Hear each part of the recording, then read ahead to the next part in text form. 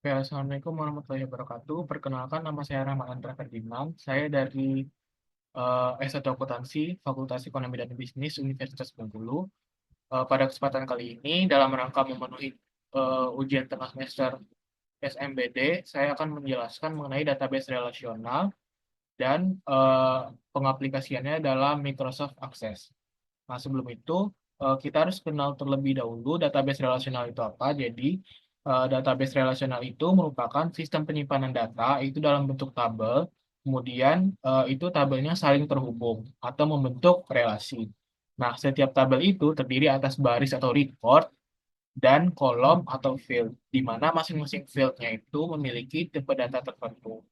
Nah, kontribusi database relasional ini dalam dunia nyata, contohnya dalam bisnis dan keuangan, yaitu digunakan untuk sistem manajemen pelanggan atau CRM, kemudian pengelolaan stok barang, dan pencatatan transaksi keuangan. Kalau dalam bidang akademik, itu digunakan dalam sistem sistem informasi akademik untuk menyimpan data mahasiswa, mata kuliah, dan data nilai, serta data-data lainnya. Baiklah, langsung ke praktik saja. Di sini pertama kali itu kita harus membuat tabelnya terlebih dahulu. Nah, cara membuat tabel ini kebetulan saya sudah membuat 3 tabel, yaitu data dosen, data mahasiswa, dan data mata kuliah. Cara membuat tabel itu di create, kemudian kita pencet tabel. Nah, di tabel satu ini kita membuat view-nya itu di design field terlebih dahulu, karena kita mau menentukan field-field apa saja yang akan ada di database ini, di tabel ini. Design field, misalkan contoh. Nah, kalau sudah di design field, ini kita harus menentukan field-fieldnya apa saja yang perlu dibutuhkan di tabel ini. Nah, contohnya di data dosen tadi, kita buat ke design field terlebih dahulu. Nah, di data dosen saya itu fieldnya ada 3. Ada NIDN, kemudian ada nama dosen, dan ada alamat. Nah, NIDN-nya itu saya membutuhkan angka, jadi saya membuat data type-nya adalah number. Kemudian, untuk nama dosen itu hanya huruf, jadi saya membuat short text saja. Jadi short text itu fungsinya bisa maksimal 255 karakter dalam bentuk huruf, angka, dan simbol atau gabungan dari ketiganya. Jadi saya cukup menggunakan short text, tidak perlu menggunakan long text yang bisa hingga mencapai berapa long text itu maksimal 1 GB. Jadi saya tidak membutuhkan long text, hanya short text saja. Begitu juga dengan alamatnya. Kita rubah ke datasheet view. Nah, ini sudah saya input secara manual, NIDN, nama dosen, serta alamatnya. Begitu juga dengan data mahasiswa. Ini untuk desain view-nya, itu name, long text, kemudian, maaf, name itu harusnya short text. Maaf, ada kesalahan sedikit. Oke, name short text, kemudian nama short text, jenis kelamin short text, tanggal lahir itu date dan time, kemudian program studi, date dan time itu tanggal ya, tanggal serta tahun. Program studi short text, tahun masuk short text, dosen PA itu number. Karena di data mahasiswa, dosen PA-nya itu hanya NIDN dosennya, jadi belum ada nama dosennya. Kita kembali ke design field. Kemudian ada sedikit catatan untuk short text di jenis kelamin itu, karena jenis kelamin itu hanya 2 kategorinya, perempuan dan laki-laki. Jadi saya tambahkan di sini di lookup-nya ini,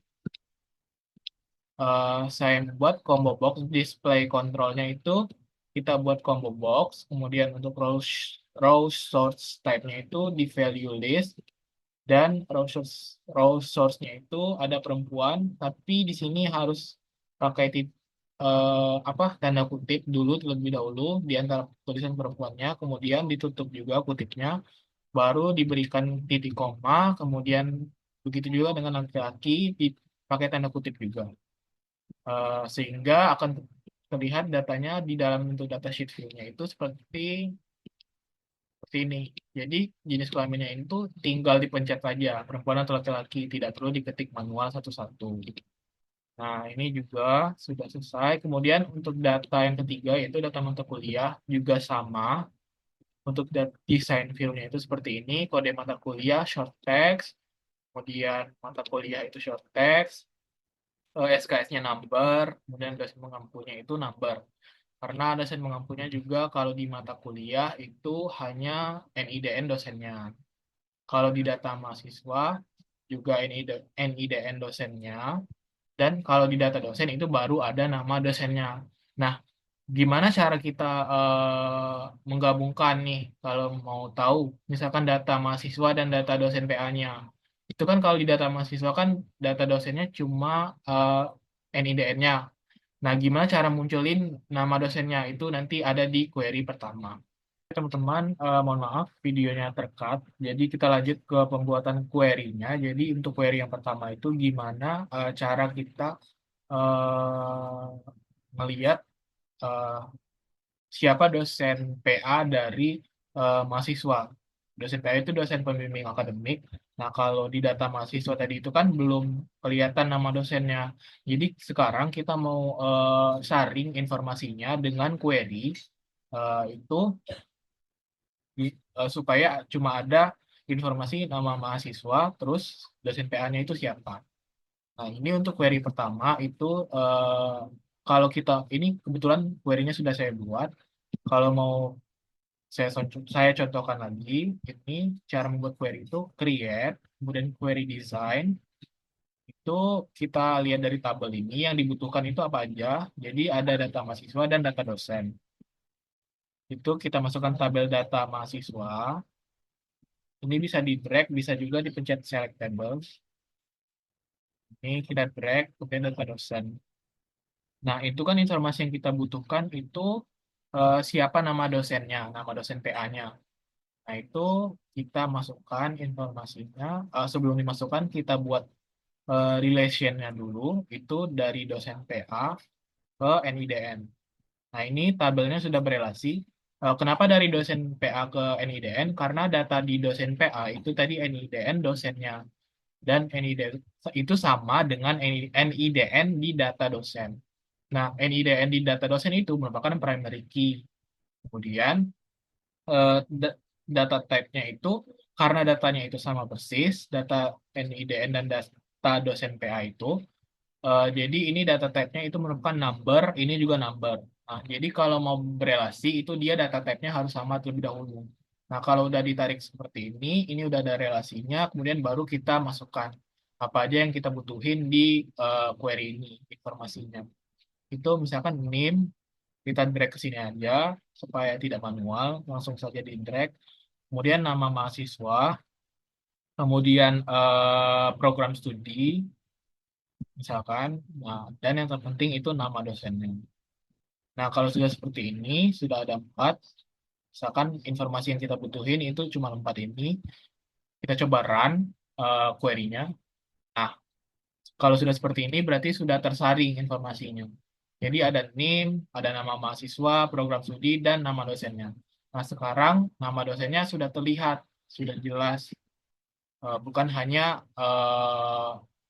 seperti kita buka lagi, misalkan data mahasiswa tadi. Nah, di sini data dosen PA-nya itu hanya NIDN dosennya, belum ada nama dosennya. Kalau di query tadi, kita sudah bisa melihat nama dosennya karena informasinya sudah tersaring. Jadi itu fungsi dari sebuah query. Kita membuat sebuah perintah untuk menyaring informasi yang ada dari tabel yang berelasi.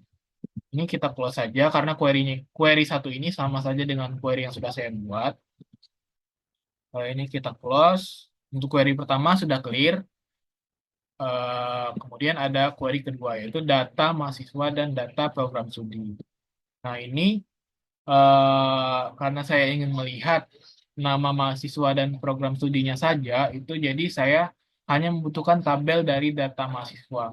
Yang saya masukkan itu hanya NIM, nama, dan program studi mahasiswa.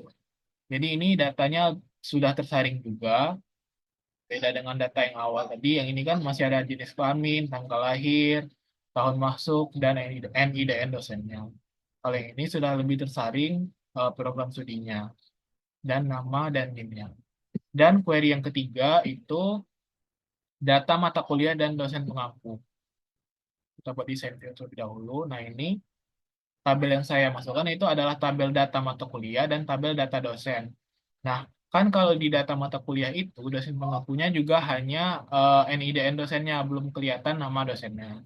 Sama seperti tadi, ini kita ingin memperlihatkan nama dosennya.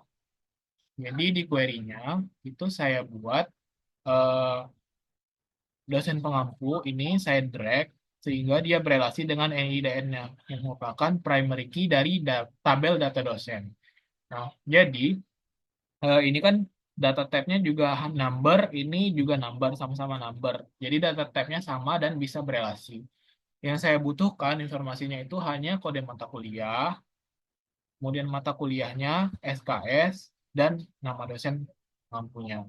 Sehingga kalau kita lihat, kalau kita run, query-nya akan menjadi seperti ini kalau di datasheet ini, kalau kita run. Jadi nama dosennya sudah terlihat. Misalkan mata kuliah perpajakan itu dosen yang mengajar itu ada dua, itu Ibu Betty dan Ibu Desi. Itu juga dengan mata kuliah yang lainnya. Jadi kita sudah tahu nama-nama dosennya sekarang. Itu untuk query. Kemudian kita lanjut ke form. Selanjutnya kita masuk ke form. Jadi tujuan dari form itu untuk eh, mengubah representasi dari datanya ini dari bentuk tabel itu menjadi bentuk yang lebih interaktif dan lebih mudah dipahami oleh orang-orang yang tidak familiar dengan bentuk tabel seperti ini atau untuk pengguna akhirnya. Untuk membuat form itu seperti biasa create. Misalkan kita mau membuat form untuk data mahasiswa, ini di form. Pencet yang ini. Nah, ini bentuk mentah dari form data mahasiswa. Dari yang awalnya dari dalam bentuk tabel seperti ini, sekarang menjadi lebih interaktif. Ini kita desain terlebih dahulu. Di sini banyak pilihan. Untuk yang ini, misalkan kita mau mengubah menjadi logonya. Logo, kita pilih logo, kemudian ini karena logonya masih terzoom di bagian ini, properties ini, size modenya itu dirubah dulu menjadi zoom. Nah, ini logonya jadi lebih terlihat semuanya. Untuk judulnya itu bisa dirubah, misalkan data mahasiswa proyek S1 akuntansi unik. Misalkan ini juga bisa dirubah untuk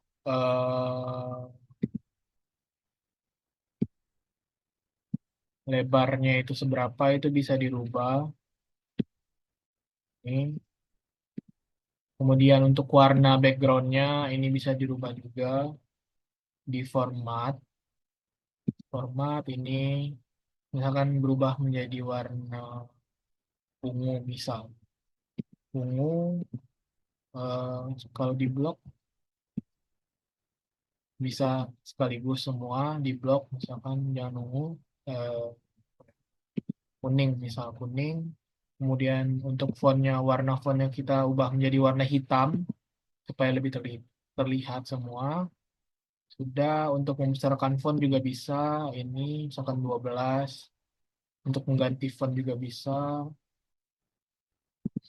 Ini kemudian ditebalkan juga bisa. Kemudian juga bisa menambahkan banyak pilihan di sini. Tapi kita coba untuk menambahkan tombol. Ini. Nah, sekarang kita mau menambahkan tombol untuk selanjutnya. Menuju ke data selanjutnya. Ini kita pilih yang go to next record. Misalkan tulisannya kita tulis data selanjutnya. Nah, ini finish. Kita letak misalkan di footernya di bawah.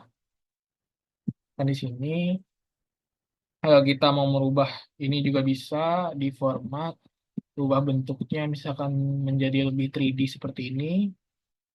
Eh, juga bisa dirubah warnanya, warna fontnya, ditebalkan juga bisa, dilebarkan juga bisa, seperti ini. Untuk setelah didesain, misalkan ini desainnya sudah selesai. Kita lihat di form view. Nah, seperti ini jadinya. Misalkan kita pencet data selanjutnya, dia akan menuju ke data selanjutnya. Nah, ini Budi, Cinta, Dava, dan Esti. Ini pilihan tombolnya itu juga bukan hanya ini, tapi ada banyak. Misalkan kita buat, misalkan di data yang sudah saya desain formnya itu yang sudah selesai seperti ini. Nah, ini desain yang sudah selesai. Nah, misalkan kita ke data awal. Nah, jadi dia balik lagi ke nama Ari. Selanjutnya, Budi, Cinta, Dava, dan Esti. Mau kembali ke data yang awal, kembali ke data awal, kemudian kembali ke data paling akhir juga bisa. Oke, itu sekilas tentang form, supaya datanya lebih terlihat interaktif seperti ini. Kita save sebagai form data. Oke, sekian untuk video mengenai database relasional. Saya sadar bahwa video ini belum sempurna dan masih banyak pertanyaan yang muncul bagi teman-teman sekalian untuk hal-hal yang lebih kompleks, tapi mohon maaf, untuk kesempatan kali ini saya hanya bisa menjelaskan sebatas ini saja. Semoga di lain kali bisa menjelaskan dengan yang lebih kompleks dan menjawab pertanyaan teman-teman sekalian. Sekian video saya. Mohon maaf jika masih ada kekurangan. Kepada Allah saya mohon ampun. Wassalamualaikum warahmatullahi wabarakatuh.